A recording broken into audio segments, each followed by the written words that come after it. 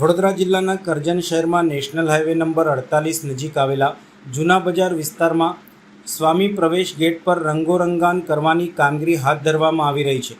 કરજણ નગરપાલિકા દ્વારા આ કામગીરી એજન્સી અને કોન્ટ્રાક્ટરને સોંપવામાં આવી હોવાનું જાણવા મળે છે, પરંતુ કામગીરી દરમિયાન કેટલાક કામદારો કોઈપણ પ્રકારના સુરક્ષા સાધનો, સેફ્ટી બેલ્ટ, હેલ્મેટ વગેરે વગર ઊંચાઈ ઉપર કામ કરતા હોવાનું કેમેરામાં કેદ થયું હોવાનું ચર્ચાઈ રહ્યું છે। જાહેર સ્થળે અને ઊંચાઈ ઉપર કરવામાં આવતી કામગીરીમાં સુરક્ષા નિયમોનું પાલન અનિવાર્ય માનવામાં આવે છે। નાગરિકોમાં પ્રશ્ન ઉઠી રહ્યો છે કે જો કામગીરી દરમિયાન કોઈ કામદાર સાથે દુર્ઘટના સર્જાય તો તેની જવાબદારી કોની ગણાશે, કોન્ટ્રાક્ટરની કે પછી કામગીરી સોંપનાર કરજણ નગરપાલિકાની? આ મુદ્દે કરજણમાં ચર્ચાએ જોર પકડ્યું છે।